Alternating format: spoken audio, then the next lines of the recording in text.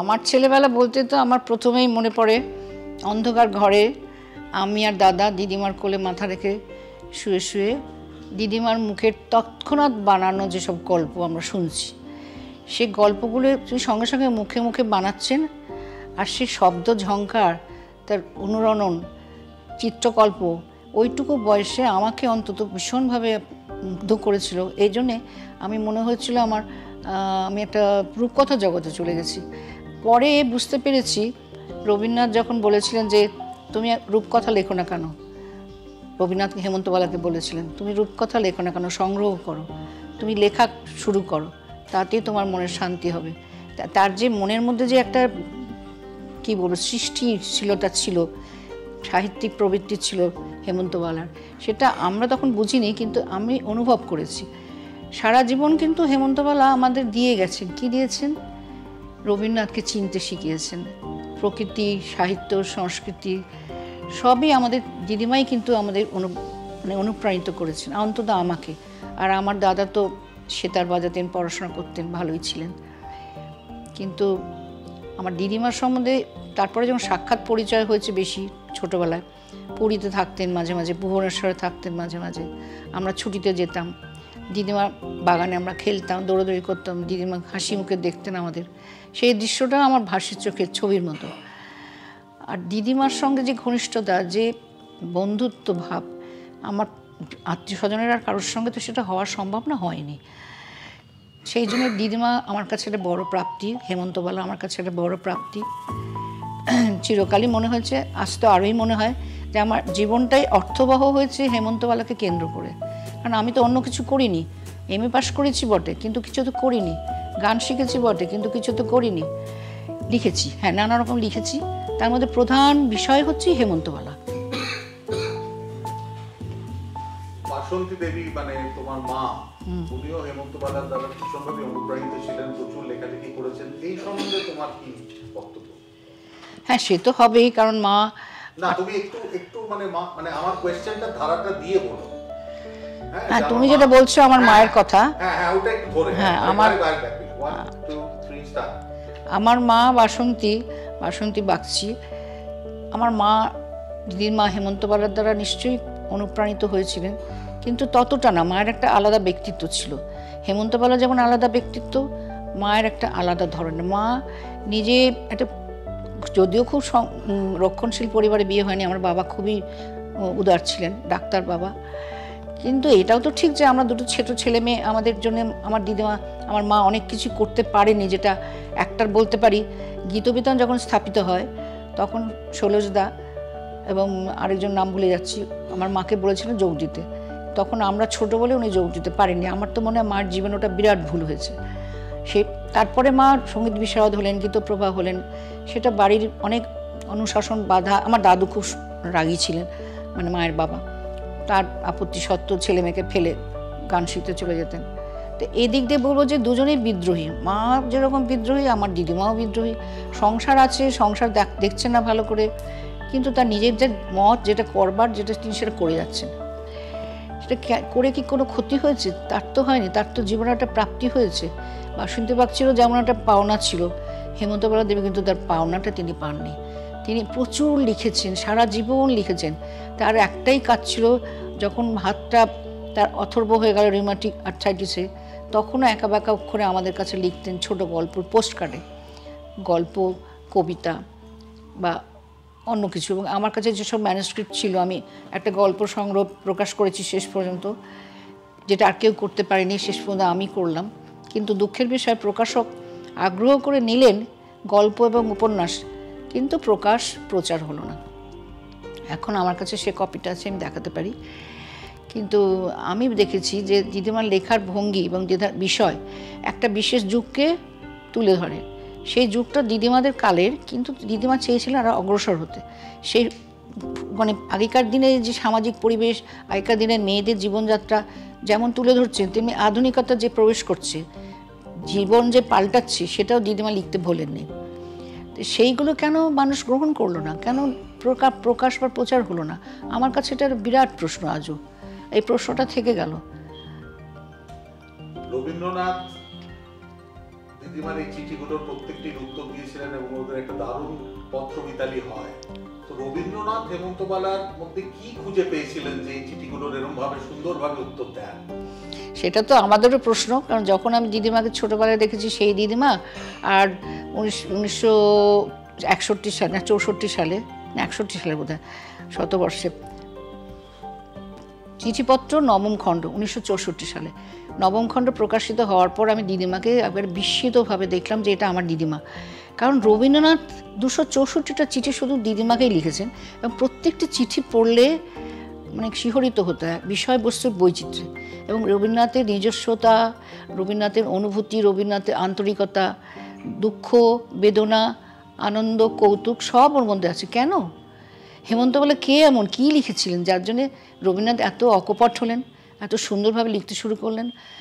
পরে এখন আমি ভাবছি যে আমার মানে অনেক চিঠিপত্র পড়েছি যখন রবীন্দ্রনাথ 1926 সালে আমেরিকা ইউরোপ ঘুরে পশ্চিমবঙ্গে ফিরে এলেন বাংলাদেশে, এবং ইউরোপে তার প্রচণ্ড সম্বর্ধনা হলো তার ছবির, প্রচুর প্রশংসা তিনি পেলেন, সেসব তিনি চিঠিতেও লিখেছেন। কিন্তু তিনি ভীষণ মর্মাহত হয়ে ফিরলেন এই জন্যে যে তার বন্ধু বান্ধব যা কিছু তার অ্যাডমায়ার প্রশংসা করেছেন যারা যেসব মানুষ সব বিদেশি, তারা সব ওখানে রয়ে গেল, বিশেষ করে ভিক্টোরিয়া ওকাম্পো, তাকে তিনি আর দেখবেন না, আর কোনোদিন তাদের সঙ্গে দেখা হবে না। ভারাক্রান্ত হৃদয়ে তিনি কলকাতায় এলেন। তারপরে তার যে মনের ভাবটা আমরা বেশ বুঝতে পারি চিঠিপত্রে এবং অন্যান্য লেখায়, যাতে বিমর্ষ হয়ে থাকতেন। হঠাৎ একটা পত্রবান এলো, সেটা কে না জোনাকি বলে এক মহিলা, তার চিঠিপত্রে একটা অদ্ভুত ধরনের একটা মহিলা হয়ে যে স্পর্ধা এবং কি বলবো আত্মবিশ্বাসের সঙ্গে তিনি রবীন্দ্রনাথের সঙ্গে কথোপকথন করেছেন চিঠির মাধ্যমে, এটা কল্পনা করা যায় না, কেউ করতে পারেনি। মৈত্রী দেবী বা কেউ তারা ভক্তি নম্র হৃদয়ে তাকে সেবা করেছেন, হেমন্তবালার সে সাধ্য হয়নি। হেমন্তবালার সমানে তর্ক করেছেন, এবং কানাই সামন্ত আমাদের লিখেছিলেন যে তর্ক উনি করে গেছেন, কোনো তর্কে কিন্তু রবীন্দ্রনাথ জিততে পারেননি। এটা খুব হাসির কথা, জিততে পারেননি।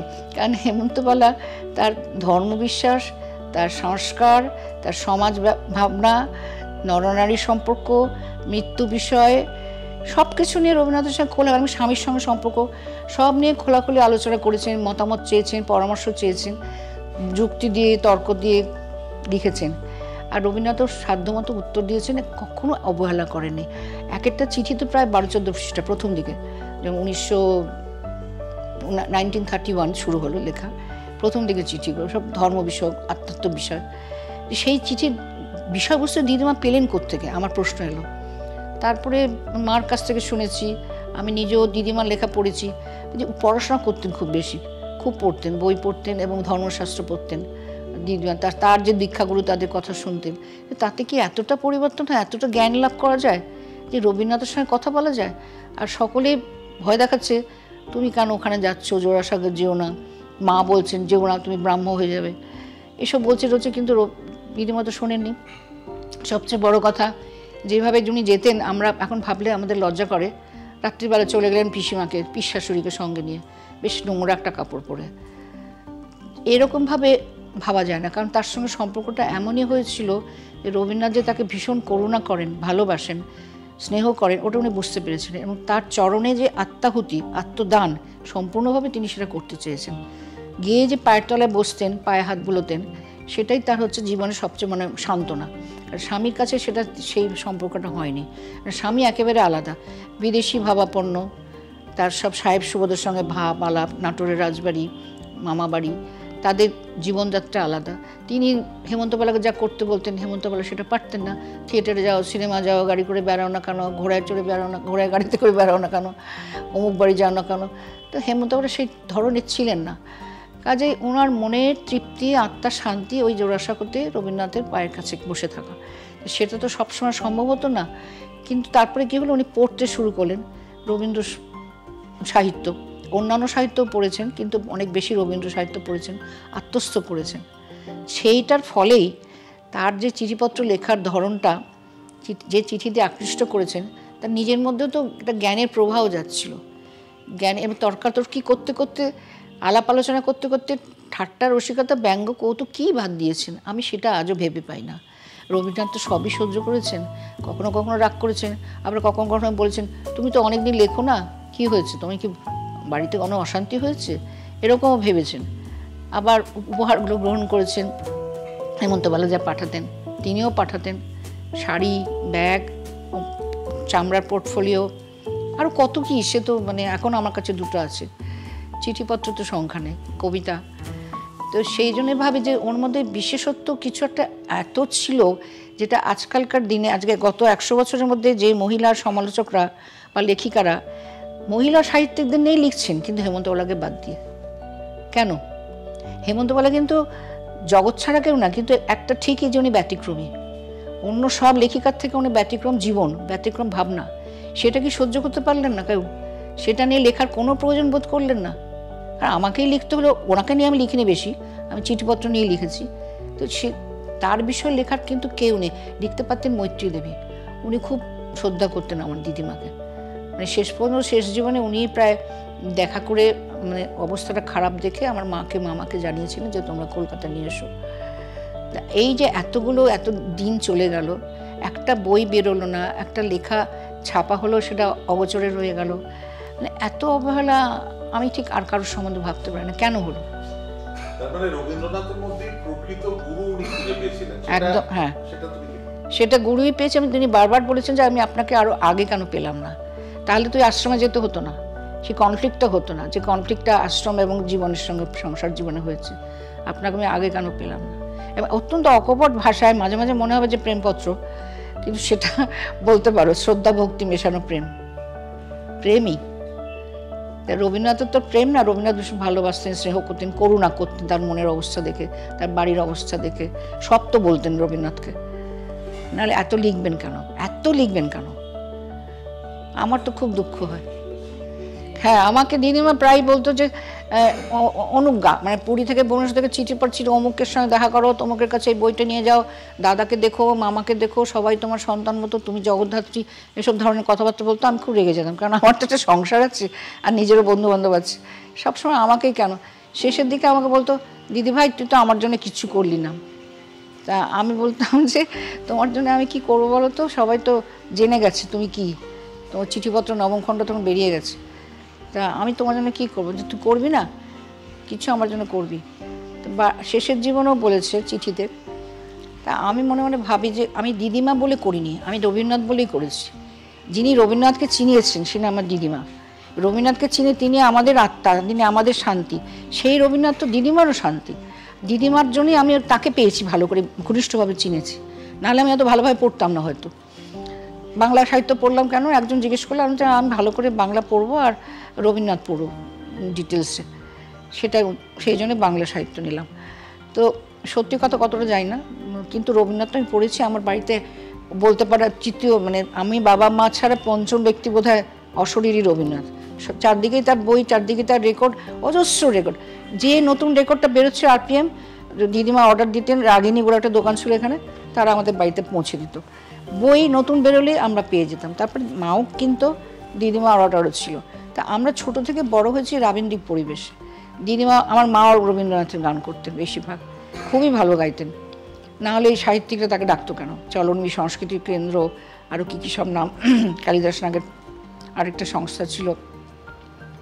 তো সেটাই বলছি যে আমরা যেখানে যেভাবে মানুষ হচ্ছে আজকের জগতে, বাঙালিরা কীভাবে আছে ভাবতে আমার মানে রীতিমতো দুঃখ হয়, কান্না পায়। যে আমি বলছি না যে সাংস্কৃতিকই হয়ে থাকো, সাহিত্যিকই হয়ে থাকো, কিন্তু একটা রুচি ছিল, একটা নিজেদের সংস্কৃতি সম্বন্ধে, সাহিত্য সম্বন্ধে শ্রদ্ধা ছিল, সেটা এখন নেই। সেই জিনিসটা রবীন্দ্রনাথকে দিয়ে শুরু হয়েছে, শরৎচন্দ্র তো আছেই, সাধারণের মধ্যে, মধ্যবিত্তর মধ্যে, মধ্য মেধার মধ্যে, কিন্তু একটু বেশি গভীরতর পড়াশোনা করতে গেলে কিন্তু রবীন্দ্রনাথ জানতে হবে, পড়তে হবে। সাধারণ বুদ্ধিতে ওটা হৃদয়ঙ্গম করা যাবে না, সত্যি কথা। কবিতাই বলো, তুমি গল্পই বলো, যাই বলো, সবচেয়ে অবশ্য সহজবোধ্য ছোট গল্প। সেই রবীন্দ্রনাথকে চেনালেন আমার দিদিমার কাছে। দিদিমা আমার কাছে অনেক বেশি দামি আজও। আর সেই দিদিমা এবং রবীন্দ্রনাথের চিঠিপত্র নিয়ে আজকে যে আমি লিখতে পারছি, কত সাল থেকে লিখছি আমার মনে পড়ছে না, অনেক দিন থেকে। অনুক্ত রবীন্দ্রনাথ একটা বই বার করেছিলাম, এই যে নবম খণ্ড, প্রথম খণ্ড যখন বেরোলো, প্রথম সংস্করণ, তাতে অনেক জায়গায় বর্জিত ছিল, ফাঁকা। বর্জিত মানে কোনো জায়গায় তোলাহানি ছাপায়। তখন আমাকে অনেকে প্রশ্ন করেছে, যেমন অলোক রঞ্জন বসু চৌধুরী, যে আপনি একটা করুন না, আপনার কাছে নিশ্চয়ই একটা কপি আছে যেখানে সব ফাঁকাগুলো ভরা। হ্যাঁ, আমার মামার আছে। তাহলে প্লিজ আপনি একটা ওই অবর্জিত, যেগুলো বর্জিতকে ভরে দিয়ে আমাদের কাছে পাঠান, মানে ওনার কাছে। আমি যে কোনটা চান বলুন, আমি পাঠাবো। তো কয়েকটা চিঠি আমি এভাবে ভরে দিয়েছিলাম, যে ফাঁকা জায়গাগুলো। তারপরে যখন দ্বিতীয় সংস্করণ হলো, কোনো চিঠিপত্র কিন্তু সংস্করণ হয়নি, এই নবম খণ্ডেরই হয়েছে, সেইটাতে কিন্তু ওই ফাঁকা জায়গাগুলো অনেক ভরে দিয়েছে। তাও বাদ গেছে, বিশেষ করে সজনীকান্ত যেখানে নাম লেখা আছে, সজনীকান্তের নাম সহজে দিচ্ছে না, আমি সেগুলো ভরে দিয়েছিলাম। আরও অনেকের নাম আছে নাম করা। রবীন্দ্রনাথ যাদের সম্বন্ধে লিখেছেন এবং যারা রবীন্দ্রনাথকে অপমান করেছে বা দুঃখ দিয়েছে, বেদনা দিয়েছে, নানাভাবে সকলের কথাই লেখা আছে, কংগ্রেস সম্বন্ধে লেখা আছে। তো যাই হোক, এইগুলো হচ্ছে ব্যাপার। আমার তাহলে চর্চা আরম্ভ হয়ে গেল, চিঠিপত্র, সেটা গবেষণাই বলতে পারো। সেগুলো করেছি, তারপর সেগুলো ছাপাতে হয়েছে। প্রথমে প্রতিদিন ছাপতো, আজকাল পত্রিকা ছাপতো। লিখতে লিখতে শেষে যখন বেশ অনেকটা লেখালেখি হচ্ছে, তারপরে আমি রবি ও জোনাকি বার করলাম, চিঠিপত্র বিষয়ে একটা বই বার করলাম। তাতে অনেকেই মানে ভালো বললো, এবং আমি দেখেছি ইউটিউবে বা উইকিপিডিয়ায় আমার নাম উল্লেখ করা হচ্ছে, বইটা উল্লেখ করা হচ্ছে। ভালো, তাহলে একটা কাজ হলো। আর তাহলে সেদিক দিয়ে আমি লেখিকা, আমাকে রেফার করছে, ভালো কথা। তো যেটা আমার ভালোবাসার জিনিস, সেটা এখন গবেষণার বিষয় তুমি বলতে পারো। হ্যাঁ, আমার দাদা আমাদের পরিবারে সবচেয়ে ছোট, 1938 সালে জন্মেছে। যখন জন্ম হয় সঙ্গে সঙ্গে দিদিমা রবীন্দ্রনাথকে খবর পাঠালেন যে আমরা একটি দৌহিত্র জন্মগ্রহণ করেছেন, আপনার আশীর্বাদ চাই, একটি আশীর্বাদী কবিতা যদি দেন। তো সঙ্গে সঙ্গে নবজাতক কবিতাটি রবীন্দ্রনাথ লিখে পাঠালেন। সে অরিজিনালটাও তো আমি বোকার মতো বিশ্বভারতীদের দিয়ে দিয়েছি। তার মধ্যে আবার বলি নামটি দিতে হবে আপনাকে, কিশোরকান্ত নাম দিলেন। বলে তোমাদের দুই পরিবার, একটা ব্রজেন্দ্র কিশোরের সম্পর্ক, আর একটা যে ব্রজেন্দ্রকান্ত, মানে আমার দাদু ব্রজেন্দ্রকান্ত, তোমার বাবা হচ্ছে ব্রজেন্দ্র কিশোর, তো কিশোরকান্ত বাগচি নামটাও দিলেন। তখন আমি দেখছি যে আরে সবাই পেলো, আমি তো কিছু পেলাম না। আমি তখন একটা ছোট্ট প্রবন্ধে একটা পত্রিকায় লিখলাম, সব বিষয় লিখে শেষে লিখলাম, এখানে আছে যে রবীন্দ্রনাথ বলছেন, আমি কি একটু পড়বো? রবীন্দ্রনাথ বলছেন, আমার জন্মের খবর পেয়ে, না তখন আমার জন্ম হয়নি, আমার দাদার জন্মের খবর পেয়ে, এই প্রসঙ্গে, মানে যে প্রসঙ্গ হচ্ছে নাতি যে আধুনিক ভাষা বলছে, সেই আধুনিক ভাষা আধুনিক তৎকালীন সাহিত্যের ভাষা ঠিক কিনা, সেই প্রসঙ্গে বলো। এই প্রসঙ্গে একটা কথা মনে পড়ছে, বিনা ভাষায় নীরব চোখ মুখের আলাপ থেকে যারা প্রলাপ মথিত করে তুলতে পারে, তারা নাচন নয়, তারা নাচনির দল। তারই একটির জন্যে আবেদন জানিয়ে রাখলুম তোমার মায়ের দরবারে। মানে নাচনকে, মানে আমার দাদাকে লিখছে। হায় রে, বারবার ভুলে যাই, নাচনি আসবে, কিন্তু ব্র্যাকেটে একটি দীর্ঘ নিঃশ্বাস। ইতি 20-10-38, সপ্তক পারবর্তী কবি। সেটা আমার দাদার জন্মের পর। সে দাদাকে নাচন বলে একটা চিঠি পাঠিয়েছিল আমার দিদিমা এই ভাষা নিয়ে। সুতরাং এই যে একজন অনাগত নাচনি হচ্ছে আমি, এইটাই আমার আনন্দ। ও দীর্ঘশ্বাসটা আমার প্রাপ্য, এইটাই আমার আনন্দ। না, আমার প্রেরণাটা তোমরা দিয়েছো। না, আমি ভাবিনি কখনো ডকুমেন্টারি হবে, কারণ অনেক লেখালেখি অনেকে করেছে, অনেক বই বেরিয়েছে, দিগ্বিজয় দে সরকার, প্রভাতচন্দ্র গুপ্ত, সজনীকান্ত দাস, জগদীশ ভট্টাচার্য, কিন্তু ঠিক ডিটেইলে তো হেমন্ত পালার অন্তরঙ্গ জীবনটা তো কেউ তুলে ধরেনি তার নিজের জীবন কথা ছাড়া। আর ছবিতে বিশেষ করে, ছবিতে তো একেবারেই না, যেটা তুমি করছো, তোমরা করছো, সিনেমা উইথ এ কস্ট, না, সেটা আমার কাছে খুব আশ্চর্য লেগেছে যে তোমরা এই বিষয়টা কি করে ইন্টারেস্টেড হলে, কারণ এটা কেউ জানেই না, কত লোক জানে। যাই হোক, তোমরা জেনেছো, আমার মেয়ে কমলিকা তোমার বন্ধু, তুমি তার মাধ্যমেও জানতে পারো। যশোধরা বাগচির ওই রচনা সংকলন দেখেছো হয়তো। আর দিদিমার যে বইগুলো আমরা বার করতে পেরেছি, যারা প্রকাশক নিজেরা আগ্রহ করে নিয়েছি, রূপকথাই বলো, এখানে আছে রূপকথা, জীবন কথাই বলো, সব আগ্রহ করে লিখে নিয়েছে, ছাপিয়েছে, কিন্তু প্রচার করে না। আমায় কোনো পয়সা খরচা করতে হয়নি, কিন্তু আমার এটাই দুঃখ যে তোমরা যদি বলো যে বিজ্ঞাপনের টাকা আমি দেবো, তা চাও, আমি দিচ্ছি, সেটাও করে না। দিদিমাকে কেউ জানলো না, এটাই আমার দুঃখ। দিদিমা তো শুধুমাত্র কি বলবো, এটা বৈষ্ণবী তা তো না, তিনি বৈষ্ণবীও না, তিনি কি যে তিনিই জানেন না, ব্যতিক্রমী। হ্যাঁ, তিনি ধর্ম মানেন, তিনি আদর্শ মানেন, তিনি রাজনীতি নিয়ে কথা বলেন, কংগ্রেসের ওখানে দরবার করেন চিঠি লিখে কেন অরাজকতা হচ্ছে, অনেক কিছু করেন। আবার নানা সাহিত্যিকদের বিষয়ে আমাদের কাছে চিঠি লেখেন। হ্যাঁ, আরেকটা বিরাট বিশাল বিষয়, সেটা আমি পাচ্ছি না, বাঙালি মহিলা ওরিয়েন্টোলজিস্ট আমার দিদিমা বোধহয় প্রথম। কারণ যখন ভুবনেশ্বরে বাড়ি করলেন তখন তো চারদিকে ফাঁকা, জঙ্গল টঙ্গল, রাজারানী মন্দিরের কাছে একা থাকতেন। তখন আমার কাছে একটা ডায়েরি আছে, পাখির ডায়েরি বলে, আছে মানে ছিল, এখন আছে কিনা জানি না, ওরা হারিয়েছে সামন্তক। সেখানে ও একটা ডায়েরিটার মধ্যে কেবলই নানা রকম পাখির আকৃতি প্রকৃতি, এই সমস্ত শীষের স্বরলিপি, ইষ্টিকুটুম কোন বেলা কত রকম ডাকে, কোকিল কত রকম ডাকছে, দোয়েল কত রকম ডাকছে, হেঁটে হেঁটে হেঁটে হেঁটে ঘুরে বেড়াচ্ছে জঙ্গলে রাস্তায় ঘাটে। আর আমি সেসব রাস্তাগুলো আমি নিজেও গিয়েছি, বেশ এবড়ো খেবড়ো জঙ্গল মতো, গিয়ে পাখি দেখছে আর গান শুনছে, পাখির গান, সেগুলো আবার ডায়েরিতে লিখে রাখছি। প্রত্যেকটা খুঁটিনাটি আছে, এখনও চিঠিপত্র তুমি পাবে, এই যে খাতার মধ্যে কিছু চিঠিপত্র আছে পাবে। সেই যে পুরো ডায়েরিটা পাখির ডায়েরি, সেটা আমার ছাপাবার ইচ্ছে ছিল। একটা জেরক্স, কী বলে ওটাকে, প্রুফ কপি ছিল, পূর্বা প্রকাশনী বলেছিল করবে, কি মতলব হলো বিশ্বনাথের, সে আমাকে ফেরত দিয়ে দিল। সেটাও আবার ওই এদের সঙ্গে চলে গেছে বোধহয়, ওই ব্যাগের সঙ্গে। আর যেটা অরিজিনাল কপিটা আমার কাছে ছিল কিন্তু আমি পাচ্ছি না। সেইটা একটা বিরাট প্রমাণ যে একজন মহিলা ওরিয়েন্টোলজিস্ট পায়ে হেঁটে, তার তখন 60 বছর বয়স হয়ে গেছে, 65 হবে, ভুবনেশ্বরে ঘুরে ঘুরে এইসব দেখছে। যেমন তিনি উড়িয়া বাচ্চা কাচ্চাদের সঙ্গে গল্প করতেন ওই কাজের লোকদের বা পাড়ার, তেমনি পাখি, পশু পাখি, বন জঙ্গল, লজ্জাবতী লতা কীরকম করে বুঝে যাচ্ছে, ঘাসের ফুল কীরকম, এসবও দেখছেন। তো এগুলো প্রভাবটা নিজের মধ্যেই ছিল, তার চারিত্র্যের মধ্যে কিছুটা রবীন্দ্রনাথের কাছ থেকে পেয়েছেন নিশ্চয়ই, রবীন্দ্র সাহিত্য থেকে পেয়েছেন। কারণ সবসময় তিনি জব করতেন না, জব তিনি রোজ করতেন, অনেক রাত্রে জব করে তবে উনি খেতেন, তার নিজে হাতে রান্না করে, সারাদিন এইসব করছেন। সপাকে তো করবেই, কারণ ওখানে ব্রাহ্মণ পাওয়া যেত না ভুবনেশ্বরে। পুরীতে থাকলে প্রসাদ পেতেন, পুরী আশ্রম তো বিরাট গিয়েছো কিনা যাই না, সোনার গৌরাঙ্গ মন্দির, চক্রতীর্থে, হ্যাঁ ইন্টারনেটে আছে, তো সেখানে খেতেন, কিন্তু ভুবনেশ্বর নিজে রান্না করতেন। আর ওই অনেক রাত্রে তারপর জব করে, তারপর সবই ছিল তার, ধর্মও পড়তেন, ধর্মশাস্ত্র, জবও করতেন, সব একটু একটু একটু করে, যেটা আশ্রম বলেছে সেরকম পারতেন না।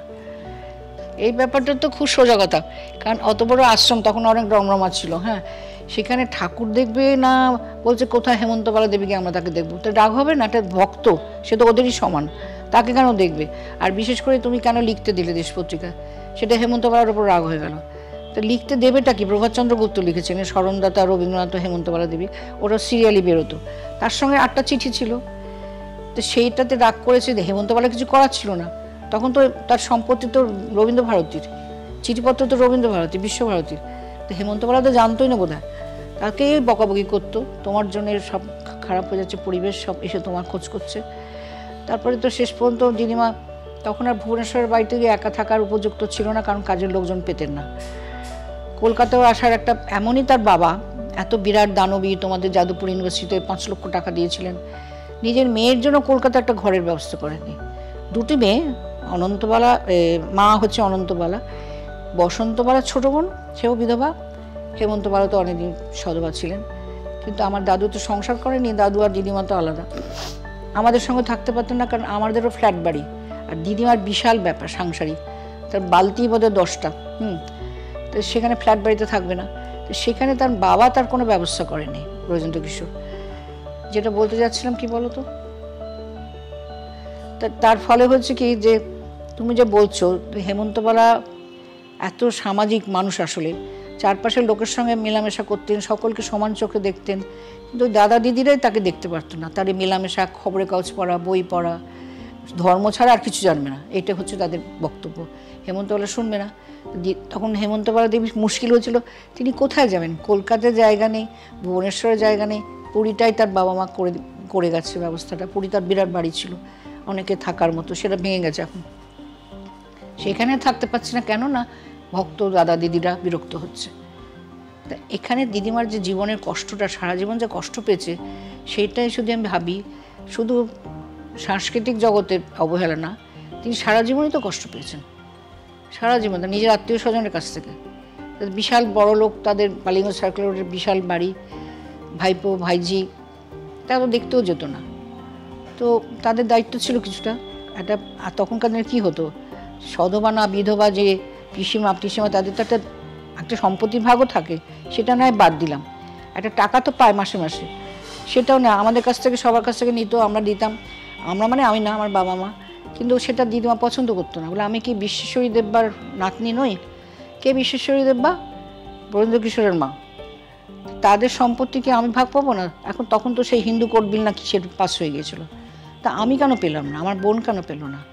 আমাকে কেন চাইতে হবে? তো সেটা একটা বিশাল অবহেলা। তার উপরে তো সাংস্কৃতিক জগতের অবহেলা রয়েছে। সেটা সেই জন্য আমাকে বলতো, দিদি আমার জন্য কিছু করবি না? কর।